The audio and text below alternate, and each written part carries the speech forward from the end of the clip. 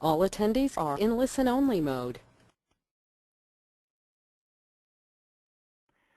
Hello and welcome to this webinar conducted by Bruker, which my name is Matt Novak. I'm the Applications Development Manager for the Bruker Nanosurfaces division of Bruker. We're based out of Tucson, Arizona, and I appreciate you taking some time to spend with us today while we go over some of the semiconductor metrology applications that we offer from our tools here in our SOM, Stylus and Optical Metrology business unit. What I'm going to talk about today has to do with one of the specific platforms we offer for capabilities in automation and some various semiconductor applications.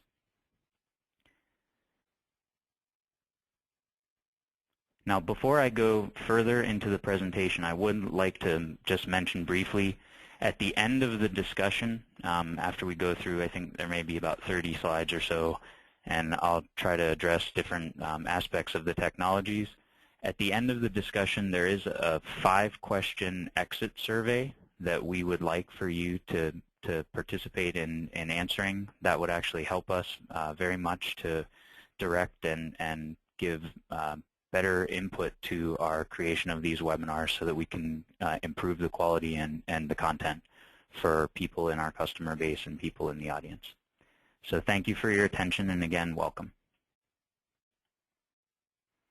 So as I just did, give a brief introduction, and I'll talk a little bit about Bruker Nanosurfaces and our Stylus Optical Metrology business. Then I'll go into some of the details of semiconductor applications that we serve for our customers now, a little bit about our automation capabilities, and then a summary and questions at the end. At the end of the session, or even during the session, you can, in the questions box, type your questions that you may have. Each of the attendees is on mute, so in order to get your question to me, all you need to do is go ahead and type them in while we go along. So a little brief introduction of Bruker, and I guess then more specifically our Bruker Stylus and Optical Metrology business. Bruker is a worldwide company with I guess 5,000 plus employees, and it's got businesses all over the world serving high-quality analytical measurement and measurement capability, technology capability industries. Bruker Nanosurfaces is a group of 3 businesses that make AFM, atomic force microscope, 3-dimensional microscope, and stylus profilers, as well as tribological testing equipment. And the business unit where I live and work here in Tucson, Arizona, is opened this new facility in December 2011, a little after being transitioned into this new facility. We've been here in Tucson for 30 years or so, 30 plus years, I believe, working in various different industries with a history of quality assurance and QC solutions. We have about 100 plus installed base for multi-chip module inspection in the semi industry. We have 500 plus installed base for the hard disk industry, where we're doing slider metrology. And then in electronics and industrial manufacturing, we have 1,000 plus tools installed base in the world, with an overall worldwide installed base of over 10,000 instruments.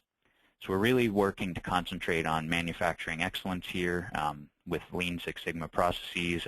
We have capability to ramp quickly our production and try to meet industry needs.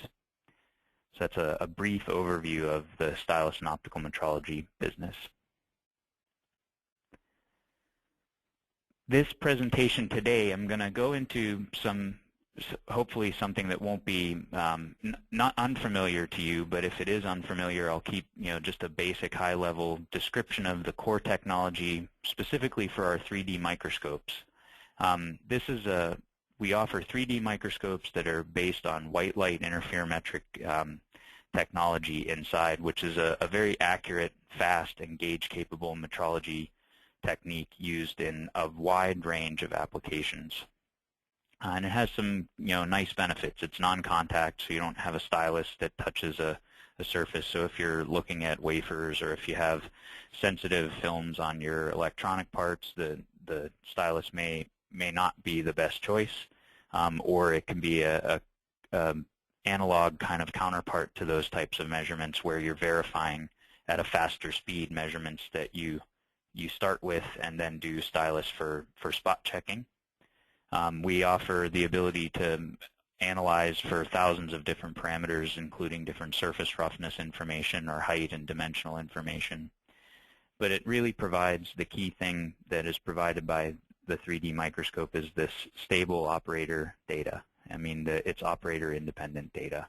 So it's very stable, repeatable, and reproducible technique for metrology. Here's just a broad overview of our tools. We have a wide range of platforms that can address different tabletop needs, out to a half-meter kind of panel system, which is down in the lower left corner, the SP9900 Plus platform, and the Contour platforms, which I will speak most about today. Some of the features that you'll see in terms of the applications we can address are addressable on the Contour platform, as well as some of these, in a limited case, some of the tabletop systems can do some of these things as well, depending on the level of automation readiness they have. We also offer the capability to integrate to a robot loader. You can have side-by-side systems or up to 300 millimeter wafer handling. Just a brief, another brief piece of information about the Bruker nanosurfaces stylus and optical metrology unit. We do as a complementary product and really a workhorse product from our business unit here in Tucson is a field-proven performance of our DektakXT stylus profilers. These are really a film and step standard measurement across electronics and some solar and other manufacturing industries that we've got regional call centers throughout the world and a local support network that can really help to address customer needs with these tools as well. So the system that I'll talk most about today is this ContourGT-X platform, which is, we call it an automation-ready platform. And the reason we do is some customers, they can do stage automation with the tool as it stands here, but it's a manually loaded system. So if you're looking at different substrates, not necessarily wafers, you can manually load this stage with different fixturing. It has a self-calibrating optical metrology module, which is something that we allow for. It's an internal self-referencing laser that keeps the tool in calibration. You can have a programmable 8 or 12-inch stage, so you can handle a set of samples or a larger sample on the stage. You automatically can adjust the alignment of the system to your measurement sample by program motor in the head, autofocus the imaging optics, and also can include up to 5 different magnification positions on the microscope turret.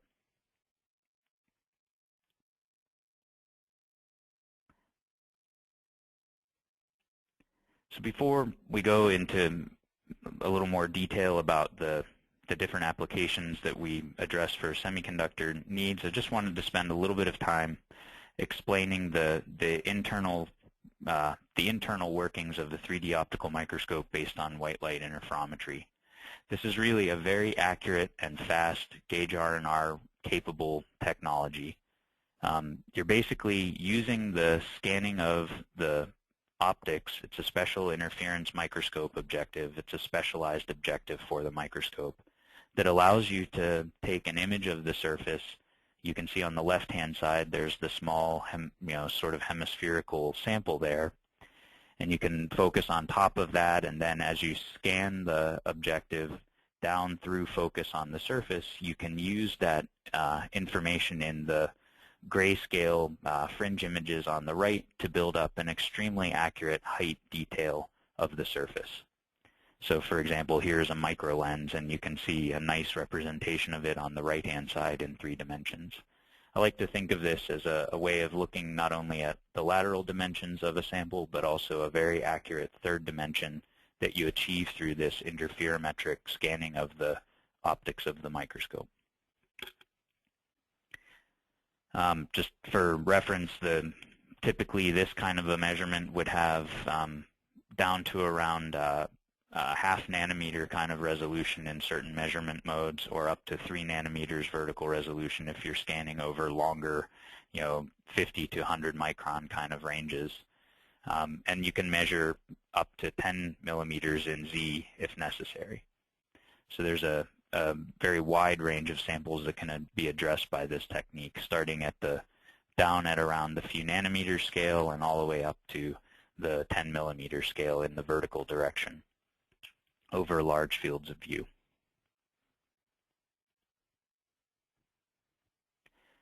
So those brief overview slides and discussion, really there are a wide range of applications in semiconductor manufacturing where this type of a 3D optical technique can provide value to manufacturers and give insight into the process that's being used to make the pieces of material coming off a production line. There's a range of these applications, and I'm just going to go into some detail on just a few of them over the course of the rest of the presentation. We have, the ability to measure laser probe mark depths. We can look at sensor dimensions for MEMS or dynamic MEMS type applications for antenna or different sensors, MEMS microphones, these kinds of things. We can help look at copper wire bonding as the industry transitions from gold wiring to copper wiring to save costs. We can look at the setup of the tools that are used to do that copper wire bonding. Even if it's a destructive test, we can go into details about the dimensional stability of the bond imprints and whether cavity damage, cavitation or cratering is being done on bond pads. We can look at multi-chip modules, as I mentioned previously, and there are quite a lot of others which I'll go into on some of the next slides.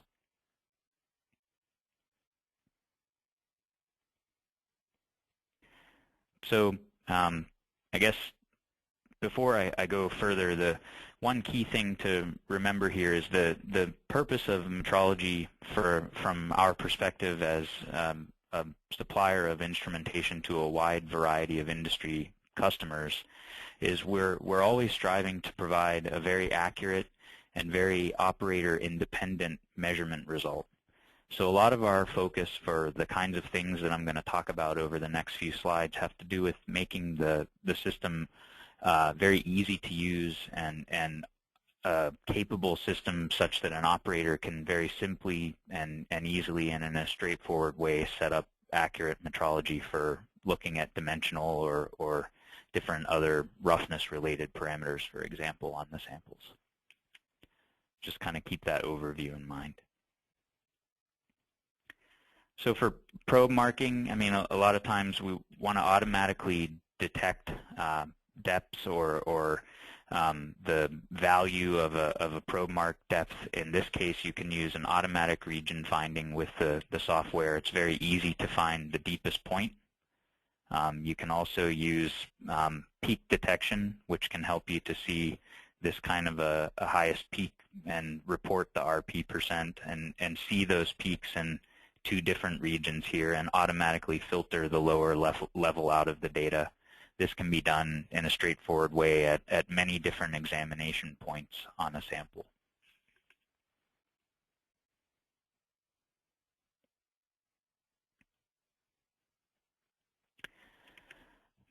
This is an interesting view. I think it's important to understand. So one of the real very key benefits of a 3D optical microscope that's based on white light interferometry is the ability to measure over a very large area a roughness that's on the nanometer level or a few nanometers level. This is a 3 nanometer roughness area over roughly a 1 millimeter, it's 1.2 by 1 millimeter rectangle.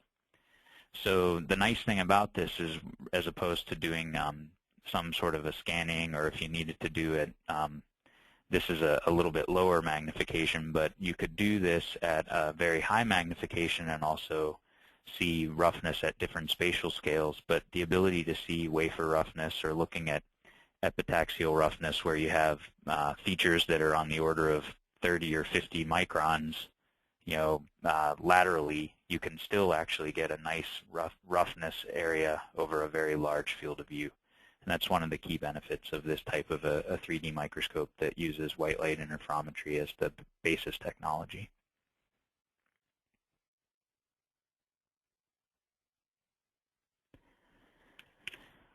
This is an example of looking at some deposition and etch. You can see a probe mark and then also some of the etching layers. You can look at both in profile, cross-section, and also 3 dimensions very easily a polygon or a line map to show you the heights, relative heights of the layers in that kind of a deposition and etch process, as well as then looking at the roughness on the profile, all from the very same data, all captured. In this case, this is a little bit smaller field of view, probably 100 microns by 100 microns roughly. And this can help to very quickly and easily and rapidly characterize the proper depths and the proper vertical resolution or proper vertical dimensions that are of interest, as well as looking at roughness information if needed, or localized pitting or depth in the probe mark. So this is a very straightforward way to do that.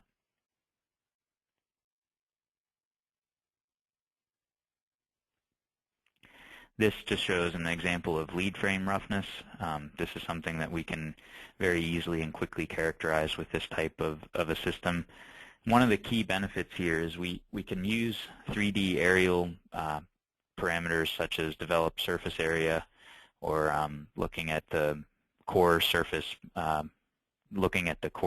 area, and also the developed surface area, or the texture direction on the surface are just some of the few examples of the 3D parameters that might be of interest, because sometimes the roughness information that's available from either a 2-dimensional trace or a set of those 2-dimensional traces may not tell a complete story about what's happening with the surface that's under inspection. To say a little bit more about that, here's a looking at roughness and also developed surface area.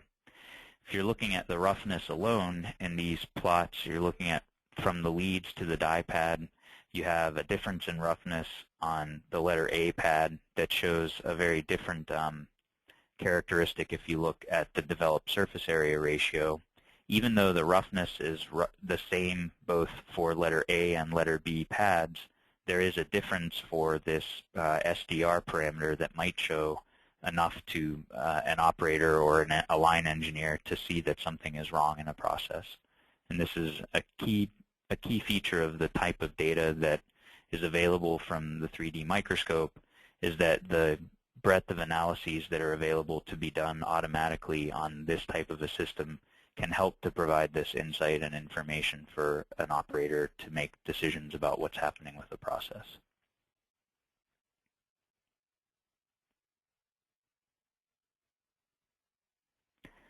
Here's an example of some height and tilt reference to the lead frame for die attach.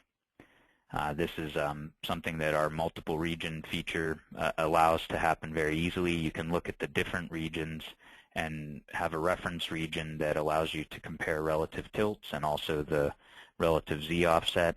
And you can see this is hundreds of microns to almost 300 micron kind of Z height difference. And then also looking at the relative roughness values as needed can also reference the different regions for tilt as well. These types of measurements can be done very quickly and easily and in an automated way on the programmable staging that's available on the Contour platform products.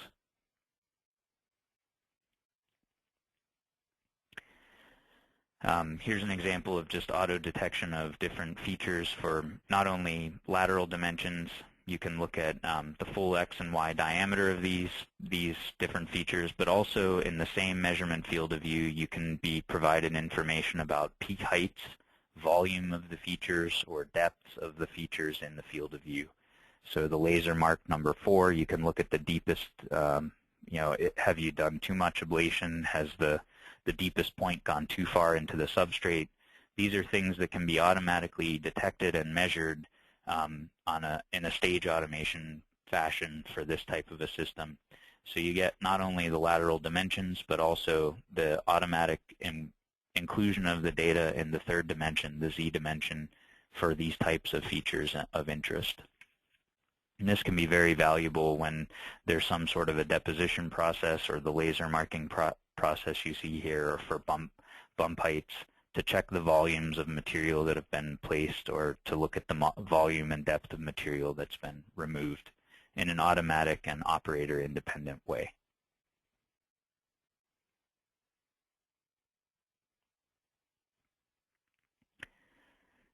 So this view is just a very simple, basic view of a bond pad wire bond study using an operator interface that's available on our systems. There's the ability to set alignment points, which can be done either via operator to center on a crosshair, or if necessary and of interest, we can also do this alignment by using a patterns recognition, that using a Cognex alignment to some set of fiducials that are outside of the measurement grid, or using parts of the measurement grid that you care about.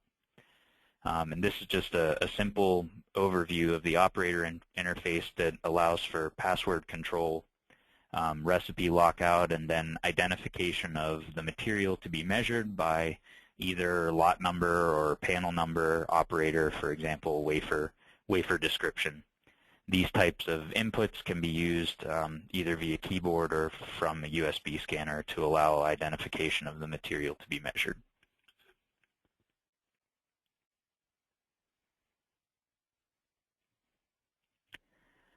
I spent a little bit of time talking about copper wire bonding, looking at near-line monitoring for cavity depth and also ball height metrology. This is something that's come of interest over the last several years, 10 years even. People have been looking maybe even longer, but it's really gaining popularity over the last few years as gold has become increasingly expensive. Gold wire prices are causing people to make a shift in their process from gold wiring to copper wiring. And one of the things that has to be done correctly is, the ultrasonic force and the energy used to put the bond down on the pad has to be adjusted for the different properties of copper, the stiffness, the difference in stiffness, and the more brittle nature of it would cause us to, if things are not set up correctly, to have too much damage to the bond pad, or to splash too much metal outside of the bonding area and have a deep cavity that might have a depth of a cratering on the bond pad, for example. So monitoring is an important thing that can be done very easily with 3D optical microscopes. And these images here just show the top of a bond height on the upper right, and then also on the left side are some bond imprints after the bond has been removed via acid etching.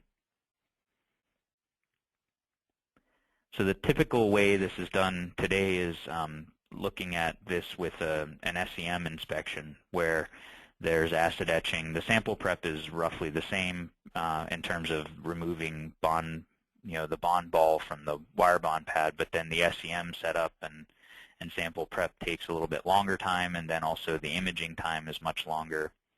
Here, in terms of sample preparation, once that's done, the measurements are only a fraction of a minute versus 15 minutes for this SEM type measurement and analysis. So it's a real advantage to be able to inspect if you're looking at a setup of lots and lots of wire bonders. This is a very fast and easy way to monitor that setup process, as well as provide the types of applications for roughness and the other information that we've been speaking about so far.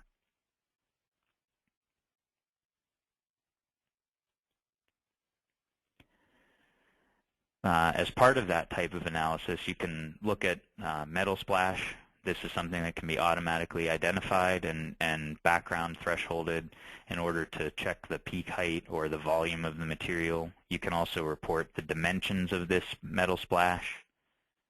You can do that in both dimensions to check for the symmetry of the bond imprint.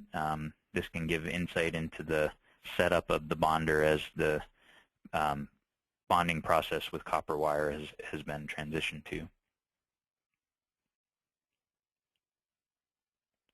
Can also look at the maximum depth, as we were discussing. Is there damage underneath the bond pad down into the substrate material? Is there a possibility that the metals have combined and then also pushed through to the underlying semiconductor material? That can show damage as well, and this can be monitored very easily via automatic analysis and showing the maximum depth below the bond pad surface.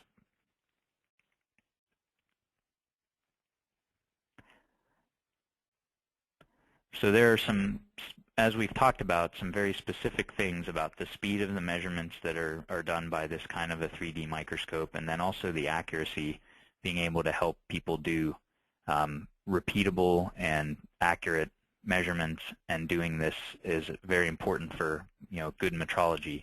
I think some of the things that have benefit for this type of a measurement tool have to do with also what makes it easy to use.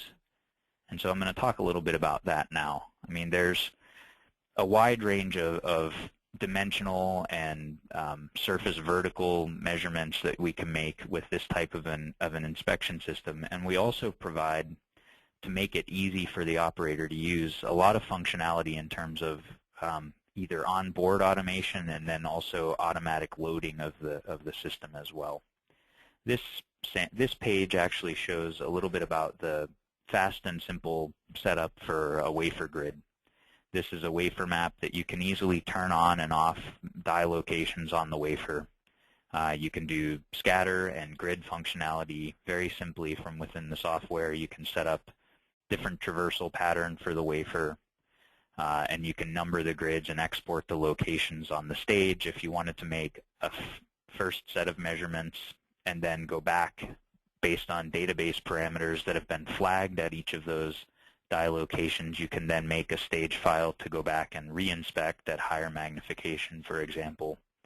These are all very easy to set up, and a line engineer could very easily make use of this type of capability to set recipes for a first line of inspection, then also maybe some sort of a defect inspection as well on the very same tool. So this is just a simple and easy setup for the operator to use. And one other feature that I'd like to point out is the ability to have different random measurement points, which is the lower right, within the die location. So this allows a pattern within a pattern, so to speak, so that variations across the sample can be checked in a very straightforward way.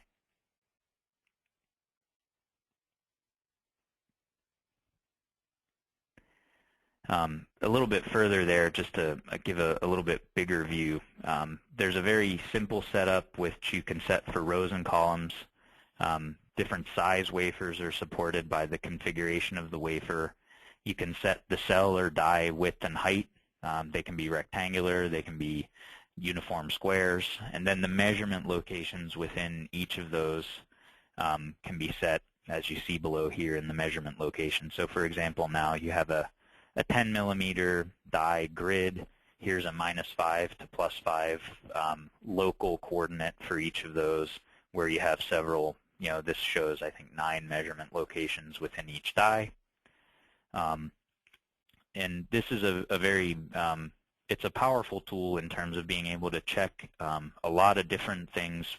Maybe roughness or some dimensional information can be logged to the database at the same time as other information about trace widths or uniformity are being logged as well over the entire surface of the wafer that you're looking at. Incidentally, just because it shows programming for a wafer grid, I mean, this type of programming is applicable to samples that are on lead frames or other kinds of substrate carriers as well. It doesn't necessarily apply only to wafers. And then the operator just sets a traversal pattern through either via serpentine left to right or up and down. And then there's an alignment process that can be done with fiducials on the wafer. As I mentioned before, this can be done via the operator double-clicking to center 2 alignment points. the third axis is set by the sample surface on the stage and autofocusing of the optics, or that alignment can be accomplished via in a fully automated way by an automatic search for a specific pattern on the wafer and then recognize via Cognex alignment in 2 locations to set the D-skew of the sample. So just wanting to illustrate the flexibility of what's available for the software to enable a lot of different measurements for a different variety of needs.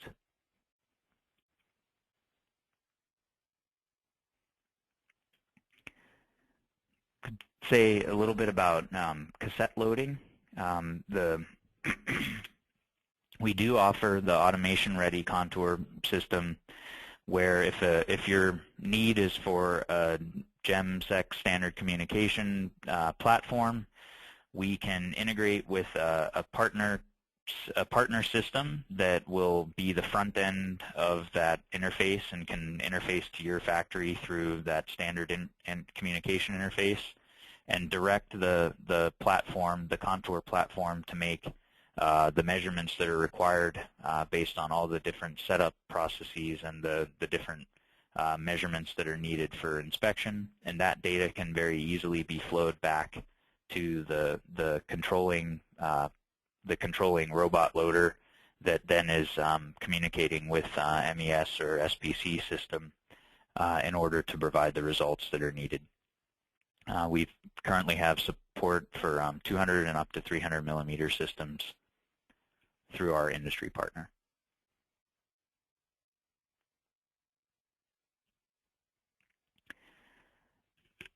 One of the, I guess, sort of the final words is that one of our strengths is we have a very strong worldwide support network that is capable of providing 24/7 support at a factory with customer-specified response times. We can work from our service team to support the different needs. We have parts depots in each of the different regions in order to make spares supply a non-issue. We have a strong group of people in customer call centers that can help us to answer and address very quickly and efficiently the needs of our customer base. And this is something that is a great advantage to having become part of a worldwide organization such as Bruker. Our Bruker Nano Surfaces group has the ability to leverage this very strong global team in order to address the needs of our customers in a wide range and across the regions of the world.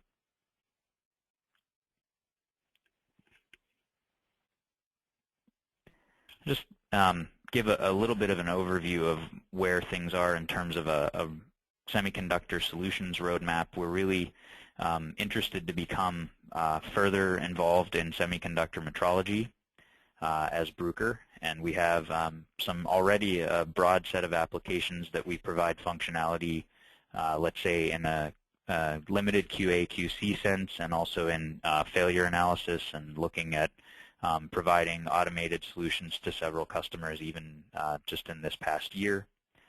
Over the next 2 years, we're looking at integrating very carefully into our platform the ability to do more sensor metrology with color camera and the ability to do a combined defect inspection. This is something in my role as applications development I'm very excited about, because we offer with our tools the ability to do the kind of wafer inspection mapping that I discussed with variable positions across the sample, and then going back with either much higher magnification, where we offer through our Acuity XR offering of measurement technology a 230x magnification objective, or if needed, we can also offer an onboard AFM module called the Nano Lens, which we launched last year.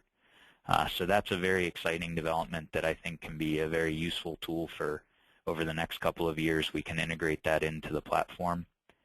We're looking at streamlining the interface for even further simpler use by a wider range of semiconductor manufacturers, and looking at ISO 6 compatibility with a goal of ISO Class 2 solution in 2015 timeframe. We'd really like to push forward to a 450 millimeter auto loading capability and do that full integration of the defect inspection that I just spoke about. So these are just a broad overview of some of the things that we look forward to bringing in the near term.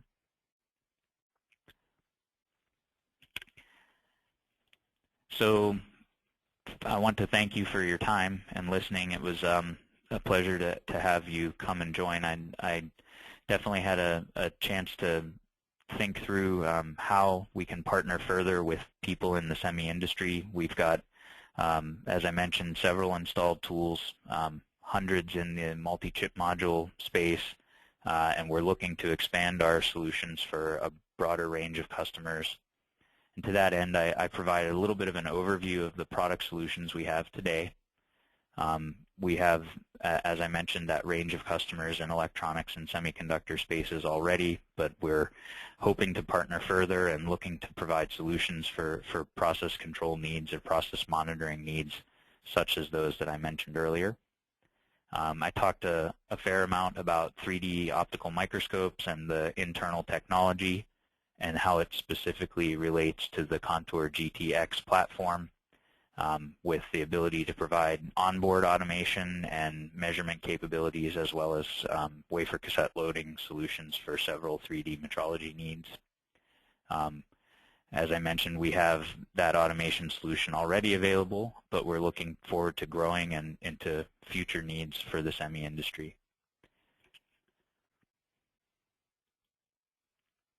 So with that, I would like to say thank you. I'm going to go ahead and open up for questions. I want to make sure that everybody, if you could please spend a brief amount of time filling out the exit survey.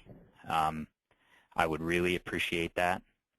And I want to take a chance to answer the questions that have come in during the webinar as well.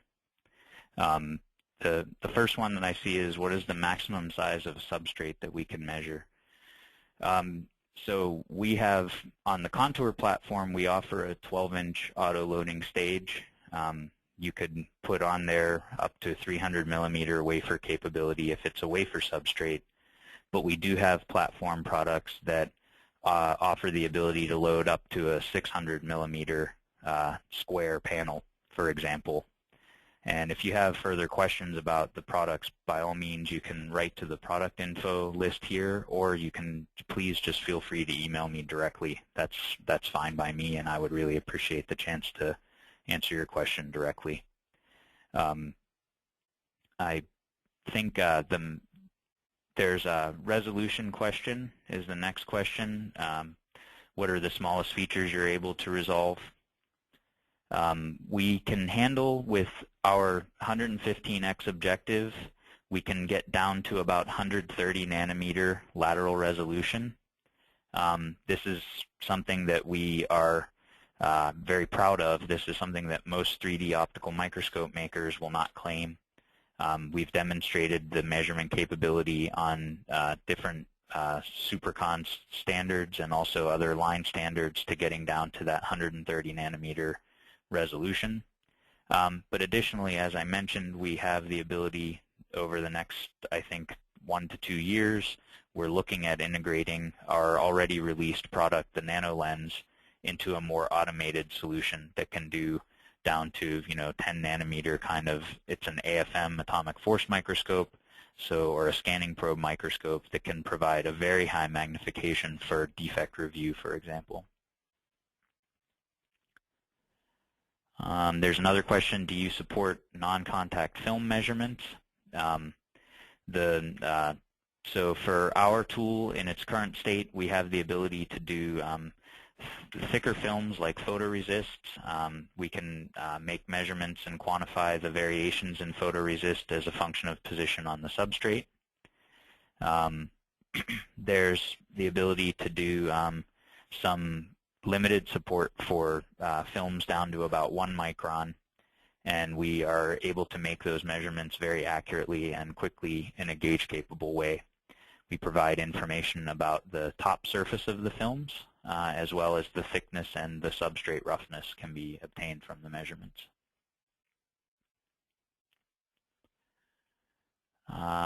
There's a question about pattern alignment. So I touched on, I mentioned briefly during the discussion, there is the ability to do a Cognex alignment. We offer as an additional package the ability to make measurements of fiducial marks or alignment marks on a substrate that can then account for the skew of the wafer or the substrate itself and then go to specified measurement locations from those alignment points. And that can be achieved down to about the accuracy of the stage, which is, on the order of a handful of microns for the encoded stage over the 300 millimeter area. Let's see. Do you do stitching? Stitching of the scans. So we have some applications that I think would be most relevant here. We do stitch. There are people manufacturing X-ray mirrors and looking at very, very high accuracy data on the surfaces. So you can do stitching across a very wide field of view, 100 millimeters or more if you choose, but the throughput is what will be at issue there. It depends on what is acceptable in terms of measuring in an automated way. But I've seen stitches with the 64-bit platform of our software that contain thousands of measurements and are able to provide still the same vertical resolution on the order of a handful of nanometers over a very wide stitched area.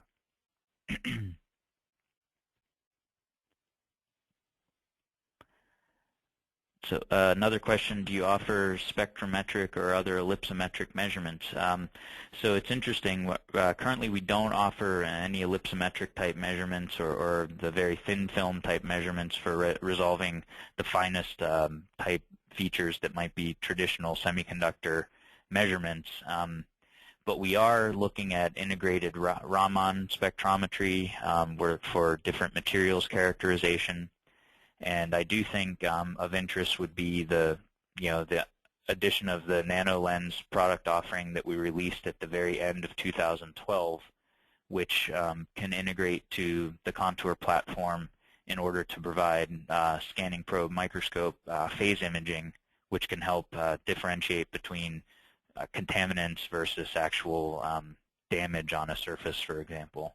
So these are some of the things that we're doing that are sort of additional capability. It's not to say that we wouldn't consider this type of an offering in the future. So let's see. I'm looking the list. There's definitely a question now about how are alignments done. I think that's the gist of the question. If there are random selection of points in a grid, can you actually see the image of these points? Yes. So the tool allows the operator to see, and you can set up an additional alignment as well within the die if necessary. There can be multiple automation recipes that allow for an overall wafer or substrate deskew at the initial onset of a global measurement. And then the next recipe could be to move to a die location and then do an additional fine alignment. For example, if the features are very small or you need high magnification, that is something that is supported from the software in a very straightforward way. So the operator can make another alignment, or you could do a patterns alignment via Cognex.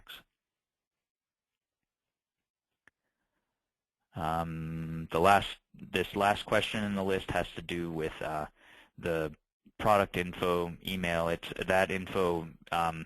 If you send information to that, if you send an email to the product info web address that's shown on the screen, please be sure to indicate that your interest came from this webinar and has to do with the Contour platform. That would be the way to get information about this.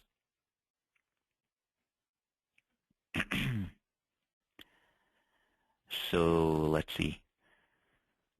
I see question about maximum size or number of bumps.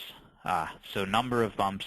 So the kind depends on the application for bumps. So the bump measurements that people make, sometimes the throughput is very key, and you need to measure tens of thousands of bumps in a single field of view. Our tools are more specialized for actually showing the volume and the heights of those bumps when that is critical in terms of material. And in terms of actually getting a maximum number of bumps, you know, I think in a region, I've seen regions that have thousands of features in them, or thousands of regions within a specific field of view that are captured all at once in a single measurement. The kinds of bumps that would be traditional here would require some larger area stitches and might take more time. So the throughput values will be directly influenced by how large an area of inspection is needed. This isn't a laser triangulation kind of method, for example.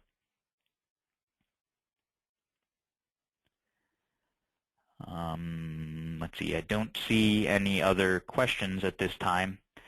So again, I really want to say thank you to the people who took time to join today. If you could please spend just a minute, it's probably 30 seconds or less even. There are, I think, five questions that will be shared and an exit survey when you leave the broadcast, and your feedback would be greatly appreciated. And again, if you have questions, I will get a summary of the people who have questions, or if you want direct contact from me, I would be happy to follow up with you after the webinar. So again, thank you very much for your time today, and appreciate your attendance.